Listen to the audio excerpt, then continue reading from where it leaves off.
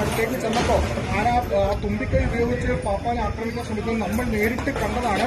അതുകൊണ്ട് അങ്ങോട്ടേക്ക് ചെല്ലുക, അത് ബെൽറ്റ് അടിക്കാനുള്ള ശ്രമമാണ് ഇപ്പോൾ കുറേ കൂടി കാലിൽ ബെൽറ്റ് അടിക്കുക എന്ന ശ്രമമാണ് ഇപ്പോൾ നടത്തിക്കൊണ്ടിരിക്കുന്നത്. പക്ഷേ അത് എത്രത്തോളം സാധ്യമാണെന്ന് അറിയില്ല. കാരണം അത്രയും ദൃശ്യത്തിൽ കാണാം ആനയുടെ ഒരു വൈൽഡ് സ്വഭാവം എന്താണ് എന്നുള്ളത് നമുക്ക് ദൃശ്യത്തിൽ കാണാം. അത് രാവിലെ മുതൽ ആരംഭിച്ചതാണ്. തൊട്ട് സമീപത്തുള്ള വാഹനങ്ങൾ ഉണ്ടായിരുന്നതൊക്കെ ആന തകർത്തിട്ടുണ്ട്. രാവിലെ തൊഴിക്കുന്നതിന് വേണ്ടി ഇവിടെ വലിയ തിരക്ക് ഒന്നും ഉണ്ടായിരുന്നില്ല. പക്ഷേ ജനവാസ മേഖലയാണ് സമീപത്തൊക്കെ ആൾക്കാരുണ്ട്.